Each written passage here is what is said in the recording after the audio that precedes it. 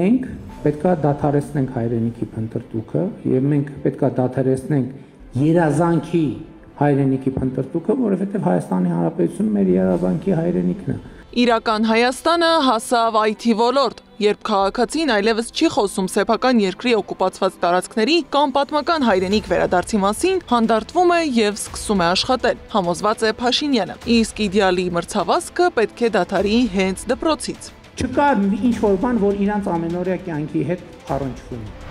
Ամենօրյա կյանքի հետ կարան իրանց շանը նկարեին, կարան սարը նկարեին, կարան իրանց գյուղը նկարեին, կարան իրենց փողոցը, իրանց դպրոցը, իրանց ընկերուհուն, իրանց ծնողին, իր տատիկին,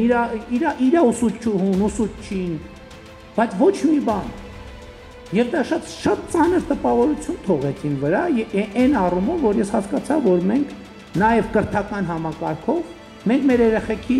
կտրում ենք իրանց իրական միջավայրից եւ դնում ենք մի հատ ուրիշ հարթության վրա, որտեղ է այդ հարթությունը եւ ուրա տանում այդ հարթությունը այդ երեխեքին։ Դնում ենք իդեալի հետևից մրցավազքի մեջ, մինչդեռ իրանց միջավայրը, որտեղ իրենք ապրում են, իդեալը է դա։ Իդեալական միջավայր առանց պետական խորհրդանիշների, պատմական հիշողության ու պահանջատիրության։ Այս նպատակով էլ գործող իշխանությունն առաջնորդվեց իր ռազմավարությունը մշակելիս, համոզված են փորձագետները, սկսեց կրթել հասարակությանը սեփական չափանիշներով։ Մեկնարկն ազդարարվեց խորենացու ողբով։ Կանանց խորհրդականը եւ ուսուցանողը վստահվեց խաղաղությունը, արմատացավ անկարգությունը, խախտվեց ուղղափառությունը, հիմնավորվեց տգիտությամբ չարափառությունը։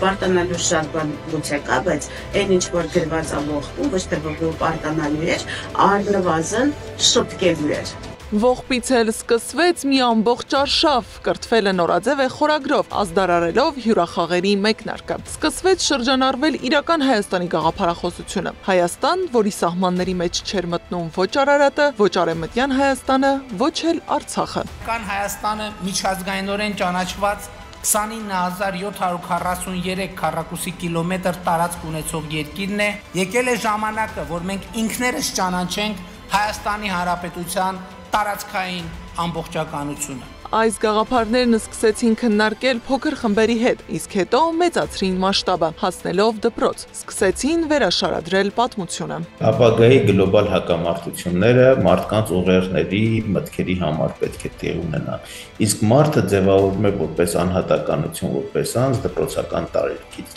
Դրա համար պատահական չի, որ այս իշխանությունները հատկապես եռանդով են լծվել դպրոցական դասագրքերի չափորոշիչները քանդելուն, կրթական համակարգը այսպես կոչված ճակերտներով բարեփոխելուն, որի վերջնական նպատակը այդ գլոբալ հասարակությանը հարիր նոր սերնդի ձևավորումն է։ Դպրոցից հետո պաշտոնական Երևանն ընտրեց նոր թիրախ։ Փաշինյանը գնաց ներկայացման եւ ավարտին սկսեց խոսել անվտանգության սեփական բանաձևի մասին։ Անվտանգության համար պարտադիր չէ զինվել, ուժեղացնել բանակը։ Բավարար է անգամ պատը կամ ցանկապատը։ Հայաստան ունենալու համար պետքա ցանկապատ եւ ոչ թե քանդել։ Երբ որ մենք ցանկապատը քանդում ենք, մեր Հայաստանը ոտի տակ է հայտնվում։ Ըստ քաղտեխնոլոգի Փաշինյանն ունի հստակ խնդիր՝ գալիք ընտրությանը պահել իր ընտրազանգվածը, որը բավականին նվազել է, եւ աշխատել հասարակության չկողմնորոշված հատվածի վրա։ Ինքը աշխատում է այն 70%-ի վրա, որը որ չի գնացել ընտրության, որը որ հիասթափվել է իր իշխանությունից, բայց դեռ չի գտել նորը։ Ինքը ուզում է այդտեղից մեծ հատված հետ բերի, դա է միակ իր խնդիրը հիմա։ Լավ ապրելու համար պետք է լավ սովորել։ Սա գործող իշխանության թեզերից մեկն է, որը միայն առաջին հայացքից է անվտանգ թվում, շեշտում է փորձագետը։ Լավ ապրելու եւ լավ սովորելու իշխանության պատկերացումները կտրված են իրականությունից։ Դրա ցայտուն օրինակը հենց այս իշխանությունը բերեց երիտասարդների համար մի քանի օր առաջ ազգային ժողովում, երբ որ շատ լավ սովորած բուժքույրին նշանակեցին առողջապահության հանձնաժողովի նախագահ։ Ես այլևս ավելացնելու բան չունեմ այդտեղ, թե ինչպես է լավ պետք սովորել։ Այ երիտասարդները տենց պետք է տեսնեն, ինչպես է լավ պետք սովորել, որպեսզի